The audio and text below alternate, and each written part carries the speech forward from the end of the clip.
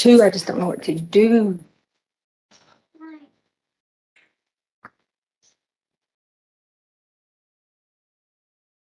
Well, devastating. Initially, Scott, I can't lie when the TMZ information. Gannon, I promise this is the last time I'm gonna ask you. I'm just freaked out, okay?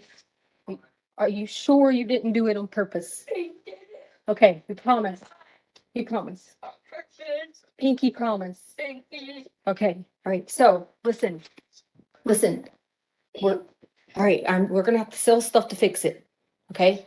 So we figure out what we gotta sell. We can sell the sofa, we can sell whatever, because we gotta get it fixed. So, lady, don't be mad at us and kick us out of the house.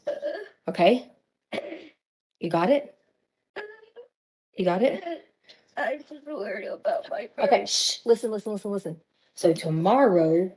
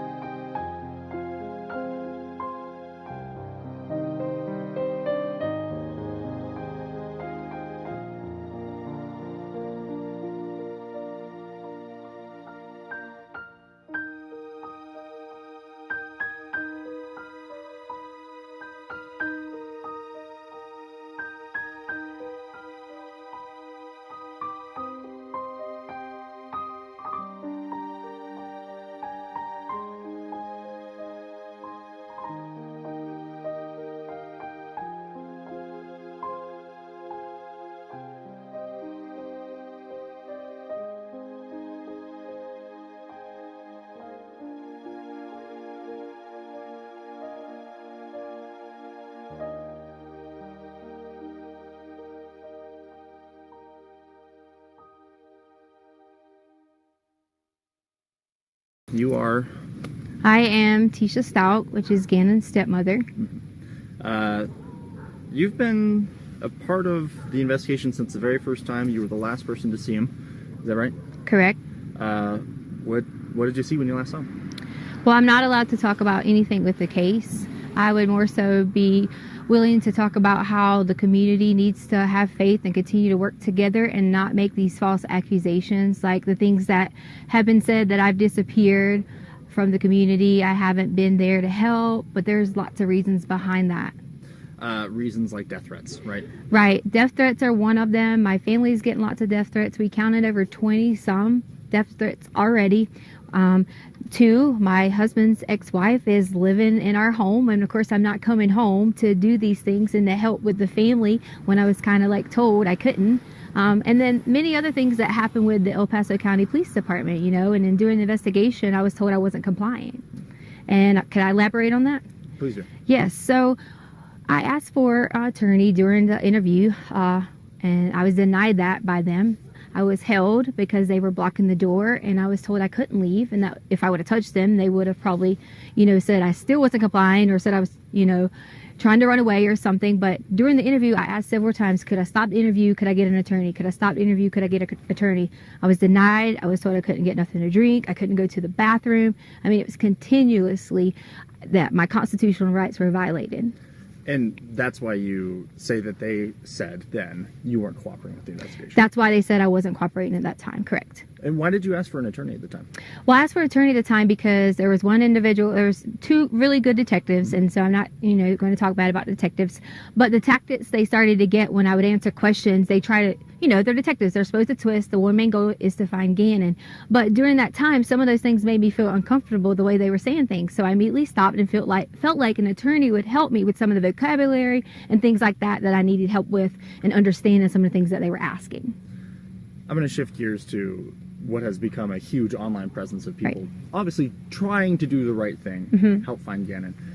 But at the same time, sometimes it just feels like rumor mongering. Have you seen any of those comments yourself? We have. And see, that's one of the main things we haven't been around in the public eye, because I didn't want to expose my family to it if all these things were going on. You know, there was comments about Gannon getting pushed off the hike, and there was comments about this, and that's just not true. I took care of Gannon for the last 2 years in our home because his mother didn't want to do it. And I would never, ever hurt this child. And I know there's some questions out there about, okay, so tell me what happens. That's up to the investigations when they end up letting you guys know, but I've cooperated with them, even to the point that we were held with a gun, and my daughter, a 17-year-old who serves our country in the United States Air Force, who has never committed a crime or done anything wrong in her life, was put in handcuffs over the keys that was in her purse so they could take her car. And they weren't in there? They weren't even in her car, I mean in her purse. And they were in my pocket. You originally didn't even know it was the law enforcement officers? I didn't know it was a law enforcement officer because when he came out, I guess he was putting his jacket on, and it wasn't necessarily his fault. He was adjusting and happened to catch me. But I saw the gun and I panicked originally and kind of thought, oh gosh, I got to, like, who's this guy? And then once I realized it was the sheriff's office, I was totally okay, but they still had a gun and told me they were going to shoot me. But I was really concerned about my daughter, asking why she was being detained in handcuffs and things like that, when that shouldn't even happen for a child. That shouldn't happen for someone who was standing inside of a store shopping, because we couldn't have any clothes because all of our clothes were here. If we came here and got clothes, you know, we would be harassed. So she went to purchase some underwear and things like that and was put in the handcuffs in the store, you know, and then brought out with men with guns. And that's just not okay. You know, they could have approached me and said, hi, I'm with El Paso County, can I please get this, instead of the way that it happened. I'm just going to check your shot. Doing great. I want to make sure that we're still got a recording, still can hear you okay. Okay, yeah, sounds like we're good. Every once in a while my mic will give out, and I want to make sure that's not going to happen here. Okay. I should try and clarify here. Not necessarily crime rates, but the way that people are reacting online to rumors about you with the search. Oh yes, wow. The rumors have gotten so bad. I pretty much have been told at least 10 different ways that these people have these conspiracy theories. I guess they watch a lot of law shows and maybe they have all these theories on how Gannon is dead, and that's what they're saying. So I'm like, why are you saying Gannon is dead? He is not dead. We are going to find Gannon. And that's the main goal that we all have. My family has. Just because you haven't seen us, we have that same goal. And we've been out searching. My aunt has been out searching. My family has been out searching. We all have been doing that together so that we could protect each other. How does it feel when not only you have a lost child who you are in care of, but then people blaming you for that child not being there? You know, I'm just ready for Gannon to come home. Most importantly, for him to see his family. But second, I am going to be so ecstatic when I'm able to say to people that I hope they have a really sincere apology for all these theories that have came out online, for all the things they said that I have done or people have done. And I just want everyone to know that we're going to find Gannon. And I love him so much. I've helped taking care of him for so long. Can you talk to me a little bit about him? I don't know him. Gannon is so kind, and he loves to play video games. That's one of his favorite things. He loves Sonic and Mario, and you know, he's always helpful, and he was always so helpful with the dogs around the house, and we have 2 little cute dogs, and he was always like a person I could say, Gannon, can you go do this? And he would do it right away. You know, sometimes with kids we have to remind them and things like that, and that's okay, but he was so sweet and able to help anyone. He could notice when you're sick and say, are you okay? And such a kind heart. I know you just said that you can't say anything about the investigation, so you can just say so again if you can't answer this, but is there anything we can hear about the hike? Was there a hike? That just seems like rumors right now. You know what? Could we bring my daughter up here? Because she can go and say that, you know, she came home from work after the hike, and she can verify that Gannon was at our home. Okay, yeah, that's fine with me. If she doesn't want to, that's okay, but you're allowed to ask her. Sound okay so far? Yes. I need Harley. Because they want you to verify was Gannon at home after the hike. Because you didn't go to the hike, but you came home from work. Do you want me to just say yes? No, just answer the question. Yes, you came home from work, and you can verify Gannon was at home. Yeah. I told her she didn't have to be too in-depth because she is still, you know, a child. But I want to make sure that someone knows that there's another person to verify that Gannon. Sure. Does she need to hold this? No. Yes, so I came home later that evening. I was at work, and I can verify that he was there that night. So there was a hike that you guys went on, but then you guys came home. Yes. Where'd you guys go hiking? Garden of the Gods. Garden of the Gods. Okay. I guess when And then we ate Burger King afterwards, so, you know. there you go. Yeah. And then it just was, I'm gonna go to play at a friend's house. And then it was just, I'm off to go to play at a friend's house. Unfortunately, I'm not able to like comment on that anymore, and for that reason is because some things have been turned and twisted, and you know, that was one of those stories you were talking about where people say things. We had to hear things like who would let their child go out at dark and things like that, and that's just why I don't want to answer that. If I had to give, I'm not gonna say that part. That's okay. Never That's mind. right. I could take that out. I understand that it gets tricky with Yeah. legal stuff. Do you feel like I asked you what I need to? Do you feel like this is going to help kind of turn the tide of what feels like a witch hunt, in my opinion? I hope. Am I on camera now? You are okay. still. Okay. I think that a lot of people can see that I'm not missing and see that I am being cooperative, but to me, it's okay that they think those things because the way someone thinks about me, I don't have a problem with that. My main thing is I would never want someone to think that I would hurt Gannon or any of the children in our home because that's just not the case. I've spent my whole entire life working so hard in education. There was even things online that was talking about my education license and I shouldn't even be a teacher, and they just didn't know that. Like, we moved on a military move and I didn't finish out my contract, so I gave up my license in that state. It had nothing to do with any criminal activity, you know, or any of those things. And it just got blown out of proportion on my professional status, you know. And do you feel like these are just internet detectives who think they know what they're doing? it definitely is. And, you know, here's the thing that kind of saddens me. It's like, if you're going to talk about someone like that and have a witch hunt out for them, why would you even care, like, about doing those things? Because this is a child. You're telling me that you're just as mean, you're just as hateful to talk about someone else like that. That's how I feel. Like, we just should not, we should all come together and wait until the end and see what happens, because Gannon's going to come home. Any message for Gannon? The message for Gannon I have is, Gannon, when you get here, you'll be able to truly tell what happened. And then I really hope I get a sincere apology from everyone who has made all those things, especially from my husband. We just wanted to add a message to Gannon from my family, is that we love you and miss you, and we hope that you come home soon. And Gannon, I can't wait till you can come home and let everyone know that you're okay. We love you.